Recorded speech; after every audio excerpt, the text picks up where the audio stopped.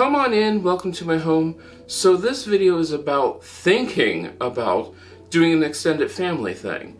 And I wanted to start it at like the beginning of the day because you have to think about the whole beginning of everything.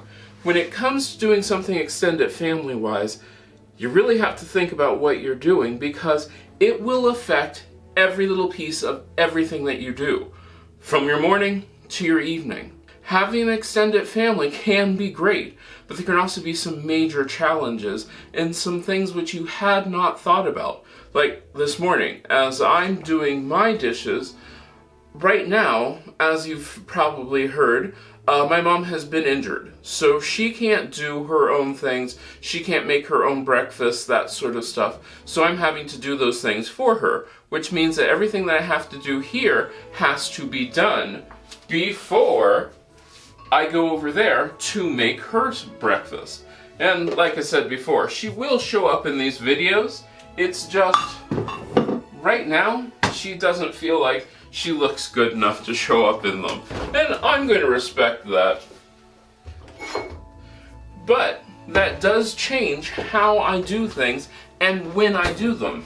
There are lots of factors to think about when you're thinking about doing an extended family. Now, if you have the time, you might consider doing a trial run. Now, if this is an emergency and you have to move the family in because of health reasons, financial reasons, or whatever reasons, don't try the trial run first. You're just going to have to go with it because it is an emergency. But if you have the ability, you might try doing just a brief test period to see if this actually works, because one of the things that you're going to find out is not everything works well. And that you find out by a trial period. With my grandmother, when we moved her down here in 1989, for 2 years before, every 6 months she would switch between my mom and my aunt. And they took care of her for 6 months at a time before she finally packed up house and moved to our area. And that worked. That also let us know what did work and what didn't work and where she wanted to stay. She could meet friends before she committed to moving to one place. That's a good thing because we had that amount of time to take care of that. But if you don't have that time, you're going to have to move quickly. Hopefully you have that time, and this is the big thing I want to stress. You might want to think about doing this before an emergency arises. The reason I'm telling you this is because right now, we've had the medical emergency with... Oh, you need some help? Okay, no problem. And as we've found out since Mom's injury is the fact that with her being incapacitated, it's changed a lot of different things, and I mean a ton of different things that I wouldn't normally have to do. But like I said, her dominant arm has been injured, so that means that she has a hard time just doing basic things. She can take care of her body, but like preparing food, doing laundry, cleaning the house, all of that now falls upon me, and it's not that big of a deal, but it is a time consumer, and that's something to think about. If you can get your person, your family, whatever, into the fold, into the mix before you have to then change everything, if something drastic like this does happen, it's not as horrible because I know how things are done. I know where, like, the bank cards, those sort of things. I know how to pay her bills without that big a deal because that can become a big thing. So can the little things about, like, chores. Chores can become massively different. Chores are one place which can change. Laundry. If you're one person doing laundry, you might do 1 or 2 loads a week, but if you now suddenly have a family, you might be doing a whole lot more loads. And that's something to think about. The person who's going to be in charge of doing all of the chores, it might not be the people who move in, or they might actually be the ones who want to do their own laundry and those sort of things. So, yeah, consider that.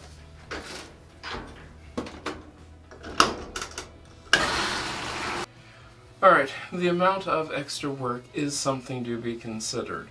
Because if you have somebody who is going to have to, not be able to do things themselves, someone's going to have to make up that work. And that is something which you are going to have to, as a group, figure. Because you could very easily make somebody excessively angry if they're the ones who get stuck doing all of these things, or even worse, they're the ones who get stuck compromising their time to get all of this stuff done. Luckily, I work from home, so I can take lots of time off to get things done. But even that becomes its own issue. One of the things to think about is the fact that you're going to be running a lot more errands. Grocery store, doctor's office. It's going to be a lot more work. You'll be going from the house to the store, and probably sitting in parking lots a lot. The running around and sitting in parking lots becomes crazy at times. There are days when I'll have to take Mom to an appointment, and then the appointment can last for an hour, and with everything which is going on, I don't really feel like sitting around in the waiting room, so I sit in a parking lot for several hours a day. That's always a lot of fun. So luckily I bring something along with me to do, play on my phone, but that is something to truly think about. Do you have the patience, or do you have the time, or the need that you actually need to take your person to wherever, to their appointments? Until recently, I did not have to, because Mom could always go to her own appointments, but now that her dominant arm is broken, I'm the one who's taking her to all of her appointments. So that's become a little bit more interesting. But it's not undoable. Just today, we had an issue with a couple issues. One was with the debit card. Mom's debit card, she'd misplaced it. Well, I wouldn't even say she misplaced it. Mom's debit card wasn't where it normally was. So while I was making this video earlier on, I had to stop what I was doing so that we could then go, found the mask, so that we could then go searching for the debit card. And the big thing about that is, it is very, very, very easy to look and go like, well, I'm doing stuff, and already somebody, like, especially in Mom's situation where she's not used to having to depend upon somebody else, already they feel bad about having to depend upon somebody else, and then people want to make them feel worse because, well, you know, you're interrupting what I need to get done. That's something you don't really want to do. Not at all. So you have to make sure that whenever you're going to do one of these whole extended family livings, everybody is on the same page and everybody understands what's to be expected, because there are a lot of things that are going to come up that you are not going to expect or not even think about. Say, like errands. I know it sounds like I'm pretty down on this, but I'm not, because there are some really good advantages. One of them is the fact that there's always somebody here. So on those days when you're like, oh, I don't have anybody to talk to, especially with everything which has been going on, there's always somebody here. That also means for deliveries, those sort of things, there's always somebody here. And you can bounce ideas off of people. You can find out how everybody's doing just because there's always somebody here. But that can also be its own problem. So while that can seem like a really great thing that somebody is always here, it can also be a really bad thing, because like, if your house is small like mine and there's somebody here and you want to go to bed, that means that somebody's here, right here. That can keep you up at night, unless you close all the doors. There are going to be very many changes when you start multi-generational living, and that is to be expected because, well, it's to be expected. One of the biggest changes is just your house structure. I have found from personal experience that the easiest thing to do is to the family unit get together and choose a new house. Now, a lot of times that's not even going to be mildly feasible. But in those cases where it is, that works out best because nobody is saying, well, this used to be, or this is mine, or I gave up this for that.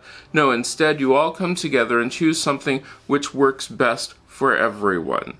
And the other thing to remember is compromise is going to be very, very important. You can't just be expecting one person to compromise everything, or I've seen a lot of people talking about, well, the kids are going to be going off to college in 5 or 6 years, so they really don't need this or that. Well, in those 5 or 6 years, that's a long time. That's a really long time. Or the other one is the infamous, well, grandma really doesn't need to have room for her friends to come over, or we can just make do, or something like that.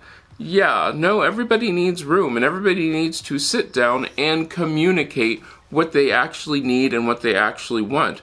Because with the lack of communication, that's going to make multi-generational living very, very difficult.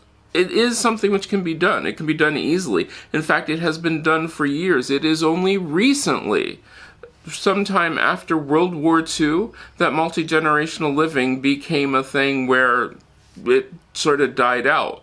And a lot of question remains, why? Why did it die out? And there is some speculation, and I've been thinking a lot about this, that it died out because with multi-generational living, it did free up everybody to do other things. After the war, we knew that the men needed to come back and they needed to get the jobs that the women had been doing. And, well, there really wasn't a need for the wife to go back to the home when there was an entire family there. So we need to break it out. We need to make that bigger so that that way everybody has their own home, and there's a reason for that little lady to be at the house. As sexist as it sounds, it probably does have something to do with it. But there are also some changes that come about.